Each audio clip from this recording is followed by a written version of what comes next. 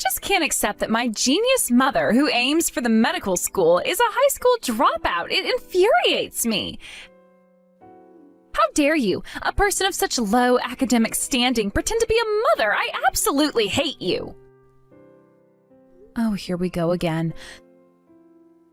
Samantha, you do realize that just aiming for something doesn't make you a genius, right? Anyone can aspire to be something even without being exceptionally talented. Plus, you're already over 20 and have repeated a year. What? Age has nothing to do with genius. And you know what? I learned from Dad that you're a high school dropout. The reason I'm not passing the exams is that your blood is holding me back. Samantha, I understand that you're feeling angry and want to take it out on someone, but don't you think that's a bit too much? It sounds completely unreasonable. But it's impossible for someone as brilliant as I am to fail the medical school entrance exam 3 times. How much longer are you going to keep dragging me down? I'm not trying to drag you down, you know. I genuinely think it depends on your efforts. Huh? Are you saying it's my fault for failing the medical school entrance exam? Well, yes, I suppose I am. After all, you're the one taking the exam and failing it. You could try to come up with other excuses, but the primary reason lies with you. What are you talking about? You're just shifting responsibility. How can you say something like that? Would it kill you to say something a little more supportive? Aren't you supposed to be my mother? But I think it's better to tell you the truth. It's more important than sugarcoating things. Samantha, as your mother, I truly want to be a support for you, even when you say terrible things to me every day. That's why I want to confront you directly without holding back. What do you mean you love me? It's unbelievable that my mother has such a low academic background. It's laughable how someone like you can lecture others. What do you want, Samantha? By belittling me like that, what do you hope to achieve? I want you to get out of my life. You're not needed in my life. Oh, you really do say sad things, don't you? And can't you please stop begging Dad for money? Huh? What are you talking about? Don't act all innocent. It's pointless. I know that you're borrowing a large sum of money from Dad, okay? He might stay silent about it, but I've seen him regularly prepare cash and leave the house, making sure it's not noticed by me doing the handover outside, right? Bart would say something like that? Don't you dare casually call my dad by his name. Well, he is my husband, so I can call him by his name. But is that story true? Preparing cash and going out? I've seen him putting tens of thousands of yen in an envelope multiple times. It always happens when you're not at home. So you're the one receiving it outside, right? Just because Dad works for a prestigious company and earns a high salary doesn't mean he has money to waste on you. I have to talk to Bart about this. Just get out of here. So what's this about? You said you had something to talk about? I'm working right now, so could you keep it short? Well, it might just be me overthinking things, but I heard something from Samantha. She mentioned that you've been putting cash in an envelope and leaving the house regularly. Is there something going on? Huh?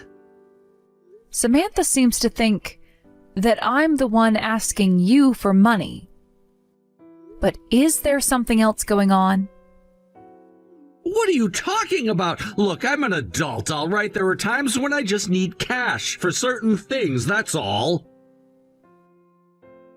Maybe that's true, but you know how sharp Samantha is.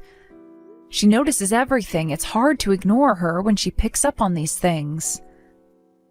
Well, that's not my problem, is it? She must be confused or something. I don't have any secrets. Are you sure? This is really just a misunderstanding, right? There's nothing questionable about what you're doing? Questionable? What's that supposed to mean? There are plenty of times when having cash on hand is just necessary. Like paying bills, for example. But as far as I know, the household bills are set up to be automatically withdrawn from my account. Right. Well, either way, I'm not doing anything wrong, I promise. There's something else I should tell you. Yesterday, a woman came to our house. She asked for you by name. Is Bart here, she said? What? I told her you weren't home, and she just said she'd come back another time. She specifically asked me to tell you Bailey came by, and then she left. You're serious? Why didn't you tell me sooner? I'm sorry, I meant to bring it up last night, but I forgot. Do you think this woman might be related to the cash withdrawals you're making? Wait, what are you getting at? I don't know any woman like that. This has to be a case of mistaken identity. But she specifically asked for Bart. She was very clear about it. Then it must be someone from work, all right? Probably one of our employees, or maybe a former client or something like that. Well, if that's the case, wouldn't she have used your last name? Instead, she called herself Bailey. And honestly, if she's work-related, why would she know our home address? Damn it, this is ridiculous. I told you I don't know her. Now I really need to get back to work. Hey, Samantha, can you explain what exactly is going on here? Oh, you must have gotten back to the house. Why is all of my stuff gone? What on earth happened? Well, the thing is, we decided it was time to kick you out. You must have been getting in the way of my studies, and honestly, a high school dropout like you isn't suitable to be my mom anyway. Kicking me out? What did Bart say about this? Of course, Dad was totally on board. Otherwise, we wouldn't have gotten this far. We've decided to sell all your stuff and use the money to help cover our living expenses. So that's why Bart's been leaving my messages on read and not replying? Things have gotten complicated, haven't they? No, it's really quite simple. You're getting kicked out of the house and that's it. All your stuff is gone from here anyway, so you might as well leave right away. Did you really hate me that much? Obviously, it's miserable having a loser like you as my mother. If you're gone, I'll definitely be able to get into med school right away. Plus, it'll be great to not have a freeloading parasite who barely earns anything but eats up all the money. This is really going too far. I have tried my best to understand you, to be patient, but I can't tolerate this any longer. Oh, is that so? But what exactly can a lowlife like you do? Just go live strong and independent after we've abandoned you. You're just a failure of a mother after all. Well, it's not like I was really your true mother anyway. Because your real mother is that other woman. What? That other woman? My real mother? What are you even talking about? Listen, Samantha, the truth is I'm not actually your biological mother. You're your father's child from a previous relationship. What? Really? Yes, I never thought I needed to tell you before, and I didn't feel it was necessary. But since we're breaking off our parent-child relationship, I might as well tell you now. You're kidding. This is actually amazing news, huh? Is that so? I figured you might say something like that. Well, obviously. I mean, it's been painful thinking I was actually related by blood to someone as lowly as you. Finding out we're unrelated? This is the best. So let's just never see each other again. Even though I figured you'd respond like this, hearing you say it still hurts. But then, who exactly is my real mom? She must be someone super smart, beautiful, and amazing, huh? Your real mother is a woman named Bailey. She's the one who's been blackmailing Bart and trying to take over our house. Wait, what? Why would my mom be doing something like that? Are you jealous or something? Give it a rest with these lies. Bailey has massive debt, so she came back to town, found Bart, and tried to extort money from him. She's been blackmailing him. Blackmail? With what kind of leverage? Your father's having an affair. And not just with anyone, it's with the only daughter of one of his company's major clients. What? Bailey happened to come across some evidence of the affair. Since she was in desperate need of money, she decided to use it to blackmail Bart. As you know, Bart works at a prestigious company. If this affair were to come to light, his career would be ruined in an instant. Dad, an affair? Well, given that his wife is a loser like you, I guess I can understand why he'd want to cheat. You have a really terrible personality, Samantha. You honestly need serious help. Wait, so what happens to us now? What is Bailey planning to do next? I have no idea, and besides, we're no longer family, are we? But I need to start looking for a new place to live, so I'll be going now. I'll miss you, but try to stay strong. Wait! Dad? Hey, I heard from Mom. She told me that my real mother is someone named Bailey. Is that true? What? Jessica actually told you that? Did she tell you anything else? Yeah. She also told me that Bailey has proof of your affair and that she's blackmailing you with it. Apparently she's been demanding money from you because of it? Forget everything that woman told you. It's all lies, do you hear me?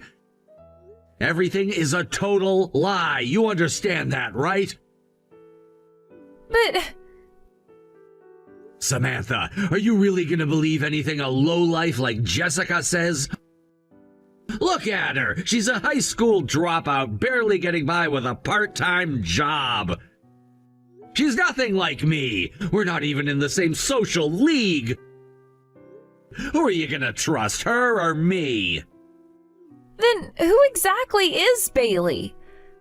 I've seen you leave the house with cash in an envelope before. And recently there have been women showing up at the door that I don't even recognize, ringing the doorbell.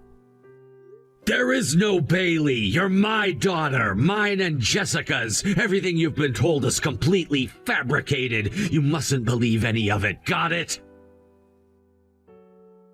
All right, I understand. What the hell did you do? How could you possibly tell Samantha everything? Did you even stop to think about how she might feel when she learns the truth? She could be devastated by this. Oh, spare me the drama. Don't pretend you care about her feelings. You're only worried about yourself. That's the real issue here, isn't it? Shut your mouth. Why do you even know about Bailey? I never told you anything about her. I mentioned that a woman named Bailey came to our house. When she was here, I took the opportunity to ask her a few questions, and she revealed quite a lot to me. She told me about your affair. Hold on a second. You're actually believing her? She could be lying to manipulate you. From her perspective, I'm not her enemy, so she has no reason to lie to me. She even shared some details about how horrible you were when we got married. What? You can't just take her word for it. The reason for our divorce was your infidelity, Bart. You used your connections to intimidate Bailey and forced her to give you her child. You wanted to raise a perfect child to enhance your own status. I can only imagine how you manipulated her into doing what you wanted. And what proof do you have that any of this is true? Are you really that clueless? She has all the evidence she needs. If she wanted to, she could ruin you whenever she wanted. What? Right now, she's just playing with you. She's probably thinking that after she squeezes every last penny out of you, she'll drop all the evidence. You have to know her. Please, just talk to her. I'm genuinely sorry for everything I've done. I'll apologize as much as she wants. Just get her to stop this. You have some nerve asking me for help after you kicked me out of the house. Kicked you out? What are you talking about? You really don't know? My things are gone from the house. Samantha told me Dad and I decided to kick you out. I'm done with this. I'm moving back to my parents' place. What? Did she actually do that? I was just joking about it. I never meant to kick you out. It doesn't matter. The fact is, I've been thrown out regardless of what you intended. I'm exhausted with this entire situation. Please, just convince Bailey to stop. I'll pay her whatever she wants. I can't deal with this threat anymore. You're going to have to handle that yourself. You created this mess. But you have to understand, I was only trying to manage things. I never wanted it to come to this. Well, it has come to this. You think it's all about you, but Samantha's caught up in the middle. You're so wrapped up in your own issues that you don't even see how it affects her. I know, I didn't want her to get hurt, but this is all out of control. Exactly, and you brought this on yourself. Maybe if you had thought about the consequences of your actions, we wouldn't be in this position. I was stupid, I see that now. I never thought it would go this far. Well, it did, and now we're both suffering because of your choices. I have to think about Samantha now.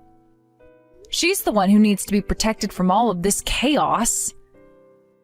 You think I don't care about her? I do! I just didn't want it to end up like this. But it has. You need to own up to your mistakes. It's time to face the truth, Bart. Running away from it won't help anyone. So what do you want me to do? Just sit here and wait for Bailey to destroy everything? No, you need to confront this head on. Talk to Bailey, but be honest this time. Stop pretending everything is fine when it's not. And if she won't listen? What if she doesn't care about my apologies? Then you'll have to deal with the consequences of your actions. You made this mess, it's up to you to clean it up. I just want to protect Samantha. She doesn't deserve any of this. Exactly, so start acting like it. Be a father for once and stop thinking only of yourself. You're right. I'll do whatever it takes to make this right. I hope you mean that because we're all counting on you to step up. I will. I promise. I'll talk to Bailey and make this right no matter what it takes. Samantha, why did you do something unnecessary? Who do you think you're living off of? What? What do you mean, who do you think you're living off of? What's going on here? Dad? What's wrong? What do you mean, what's wrong? How could you kick Jessica out? You have no idea how complicated things have become because of your actions. But Dad, you agreed with me, didn't you? I thought you'd be happy that I took that step. What are you even talking about? How old are you? Are you really that stupid, still acting like a child even after turning 20? I've been pouring money into your medical school trying to support your future as a doctor. I wish I'd never bothered to fight for custody if this is how it's going to turn out. Dad, is this really you? If you hadn't kicked Jessica out, there might still have been some hope left. But now it's over. There's no one who can stop Bailey from doing what she wants. Your future is finished too. I'm done supporting you financially. Wait, please, I get it. I'll bring Bailey back. Just don't abandon me, Dad, please. I don't care. I'm already on the brink of destruction myself. As for you, I lost all hope the moment you failed your exams twice. You're an adult now. You can fend for yourself. Do your best to survive. Please wait, Dad, I'm begging you. Hey, I'm really sorry. Oh, it's rare for you to apologize. What's brought this on? I've been abandoned by Dad. Everything Mom said was true. He only thinks about himself. Oh my, calling me Mom now? Well, that's a bit embarrassing, isn't it? But it does make me happy to hear you say that. Right? I've misunderstood you until now, but from now on I'll do my best to be a good daughter, Mom. Well, even with that, it doesn't mean we get a happy ending here. What do you mean? Don't you think that just because you and I made up, everything is okay? What you did isn't something that can be fixed with just an apology. I understand that. That's why I want to keep apologizing until you forgive me. What are you saying? Apologies won't change anything. No matter how many times you apologize, it'll be useless. 0 times anything is still 0, you know. You want to go to medical school, yet you don't even understand basic math? No, then what should I do? It's simple. You'll have to compensate me for the things you carelessly threw away. Okay, that sounds fair. Yes, I'll pay. I promise I will. Just remember, there were many important items in what you threw away that I used for work. If you plan to compensate me for everything, it's going to add up to quite a bit of money. Are you really okay with that? That's... But I'll manage. I really will. I am genuinely remorseful. Oh, is that so? Well, then I'll also need to get compensated for emotional distress. After all, I've been insulted by you repeatedly. Emotional distress? How much is that going to be? Well, I'll have to talk to my lawyer about it. A lawyer? Isn't that a bit too extreme? Of course not. I've been deeply hurt by this whole situation. Plus, you'll need to have a considerable amount of money for yourself, won't you? You'll need to find a new place to live, after all. Wait, no, but I already have a home. Bart is going to face ruin soon. He'll be drowning in debt. What do you mean? Once that happens, that house will be taken by the bank in no time. So, does that mean I'll be living with you? I have no interest in living with strangers. Strangers? But that's... Please, wait a moment. Give it up. You'll pay me compensation and then we'll part ways. That's so cruel. I mean, you may not be my biological mother, but you're still a mother figure to me. Oh, really? Well, let me tell you one last important thing as your mother. You've blamed your failures in medical school on my genes, but since we're not blood related, that's incorrect. It's simply a matter of your own lack of effort. You need to remember that. But I really tried. Did you? Because if you did, you would have succeeded. Excuses won't get you anywhere. I know. But please, can't we just start fresh? I want to make things right. Starting fresh is fine, but it doesn't erase the past. You have to understand that. I do. I really do. I just want a chance to prove it to you. Proving it will take time, and it's not just going to happen overnight. I'm willing to put in the effort. I just need your support. Support comes with accountability. You need to take responsibility for your actions first. Okay, I understand. I'll take responsibility. Just please don't give up on me. It's not about giving up on you. It's about making sure you learn and grow from this. Life doesn't come easy, Samantha. I get it. I'll work hard to make things right. I promise. Good. Just remember, it's not just about saying you're sorry. It's about showing it through your actions.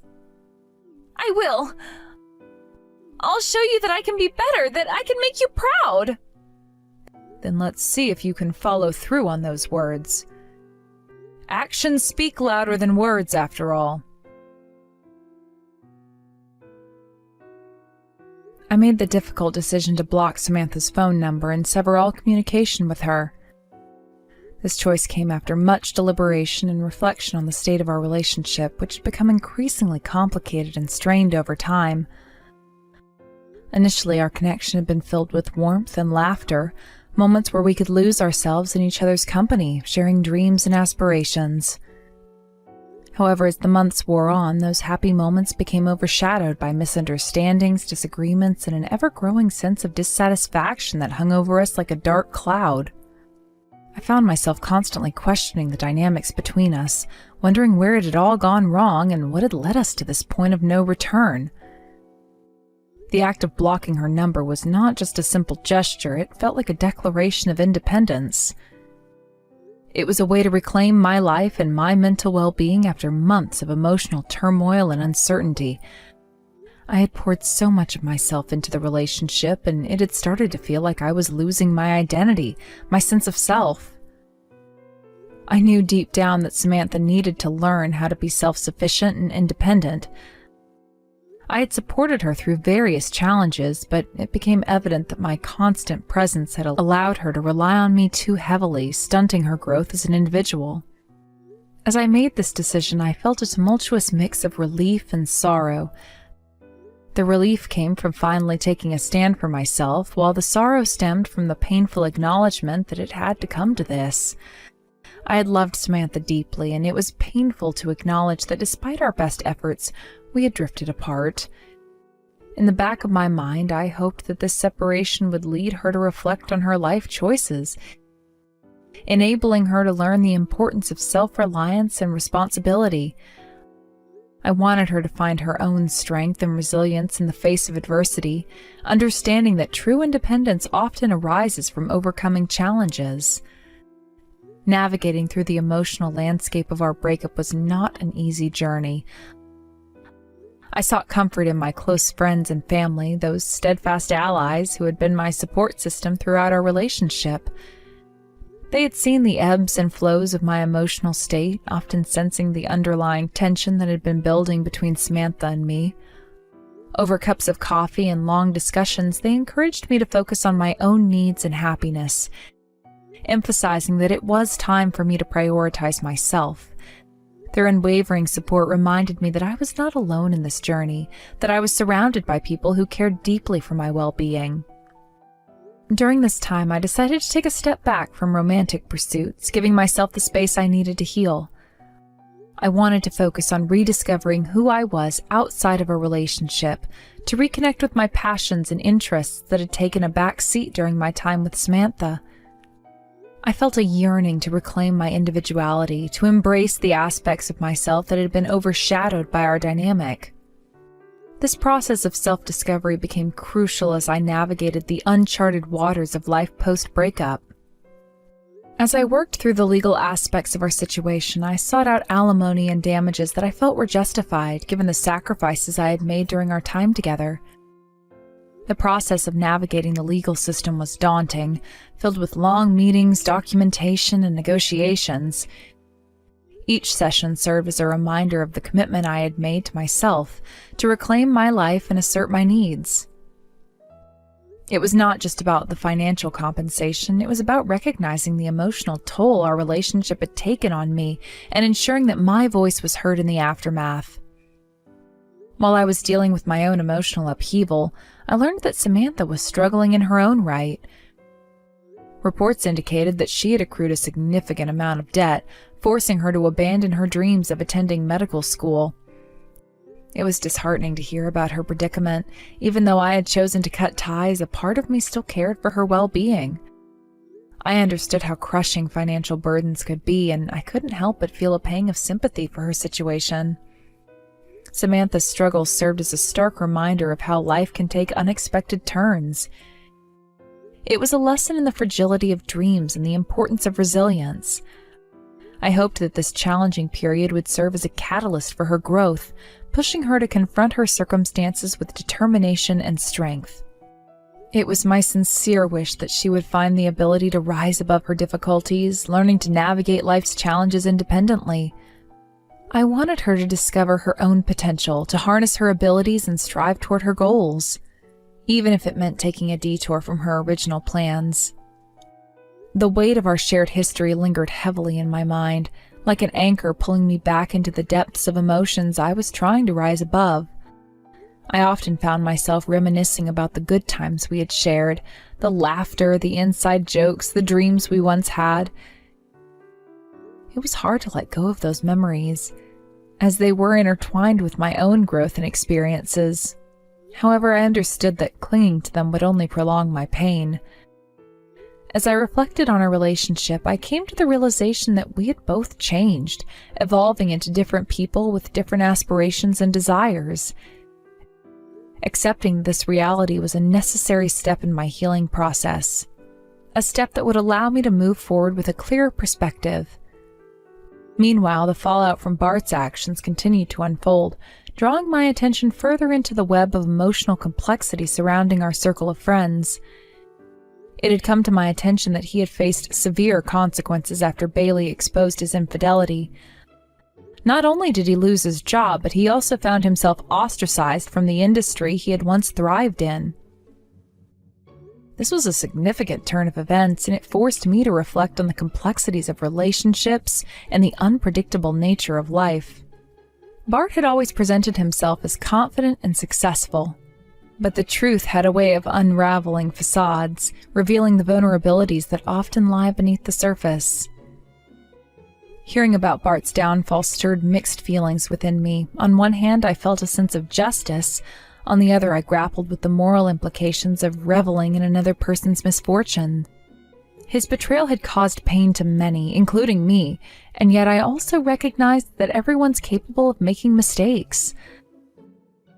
I found myself in a moral quandary. Was it right to feel satisfaction in his suffering, or should I extend empathy towards someone who had caused so much hurt? As I navigated my emotions, I reminded myself that it was important to remain grounded in my values. I sought to find a balance between acknowledging the pain he had caused while also recognizing the complexities of human nature. I wanted to remain open to the lessons life had to offer, allowing each challenge to shape me into a stronger, more compassionate individual. I understood that empathy was not only a gift I could give to others, but also a gift I could give myself in order to foster my own growth and healing. Reports indicated that Bart had become homeless, and this news shocked me to my core. It felt like a grim culmination of his choices, a harsh reminder that every action has consequences. As I processed this information, I couldn't help but feel conflicted. While I didn't wish ill on him, the reality of his situation evoked a complicated blend of pity and vindication. It was hard to reconcile the idea that someone who had wronged so many was now facing such dire circumstances. I wanted to approach his situation with compassion, but the weight of the betrayal made that a challenging task. Bailey, on the other hand, seemed to find solace in her successful revenge against Bart. She had every right to seek closure after the pain he had inflicted on her, but I could only imagine how empowering it must have felt to watch him face the consequences of his actions. Yet I couldn't shake the feeling that revenge, while temporarily gratifying, often comes with its own set of burdens. I wondered if Bailey would ultimately find peace in her choices, or if the satisfaction would fade over time, leaving her grappling with the emotional aftermath of her decisions. I wanted to reach out to her to see how she was coping with everything, but I also understood that she needed her space.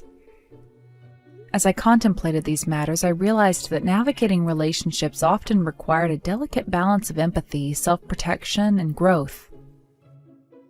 Each person's journey is unique, and while we may not always understand the choices others make, we can learn from our own experiences. I wanted to remain open to the lessons life had to offer, allowing each challenge to shape me into a stronger, more compassionate individual. It became clear to me that my journey toward healing and self-discovery was intertwined with the experiences of those around me, creating a complex tapestry of growth and understanding. During this tumultuous period, I found myself rediscovering the beauty of solitude. There was something empowering about spending time alone, allowing myself the space to reflect on my emotions and thoughts. I began to appreciate the quiet moments, the stillness that came with solitude. I turned off my phone and stepped away from social media, seeking refuge in the simplicity of being present in my own life. I prioritized self-care, engaging in activities that brought me joy and fulfillment. In the midst of this newfound solitude, I discovered the joy of journaling. Writing became a therapeutic outlet for me, allowing me to process my emotions and reflect on my experiences. I poured my heart onto the pages, documenting my thoughts, fears, hopes, and dreams. Each entry was a step toward understanding myself better, a way to untangle the knots of confusion that had formed during my relationship with Samantha. I found comfort in the act of putting pen to paper, as it offered me a sense of clarity and purpose. Through journaling, I began to explore my aspirations, reevaluating what truly mattered to me. I set goals for myself, small, manageable ones that felt attainable yet fulfilling. I started to cultivate a vision for my future, one that was rooted in authenticity and self-discovery. I recognized that the journey ahead would not be without its challenges, but I felt a renewed sense of determination to embrace the possibilities that lay before me. As I ventured further into this journey of self-exploration, I made a conscious effort to step outside of my comfort zone. I sought new experiences, immersed myself in activities that ignited my passion and creativity. I joined local clubs, enrolled in classes, and even volunteered for community projects. Each new endeavor presented an opportunity for connection and growth, a chance to engage with others who shared my interests and values. I found joy in these interactions, creating new friendships that provided a support system as I navigated this transformative period in my life. Amidst all these changes, I was continuously reminded of the importance of living authentically. I wanted to be true to myself, to honor my values and beliefs as I forged ahead. I realized that authenticity is not just about being true to oneself. It also involves embracing vulnerability and allowing oneself to be seen by others. I began to shed the fear of judgment and opened myself up to the possibility of genuine connections with those around me. I sought relationships that felt nurturing and supportive, ones that encouraged mutual growth and understanding. As I reflected on my past, I recognized that every moment of joy, pain, and heartbreak had shaped me into the person I was becoming. I had learned that growth often emerges from the ashes of difficult experiences, and it was crucial to embrace both the light and the shadows of my journey. Each lesson that I learned added depth to my understanding of love, relationships, and self-worth. The relationship with Samantha had taught me valuable lessons about boundaries and self-care. It had shown me the importance of recognizing when to let go, even when it feels painful. I learned that it's okay to prioritize oneself and to walk away from situations that no longer serve one's growth. While the end of our relationship was undoubtedly challenging, it also marked the beginning of a new chapter in my life, one filled with potential and opportunity.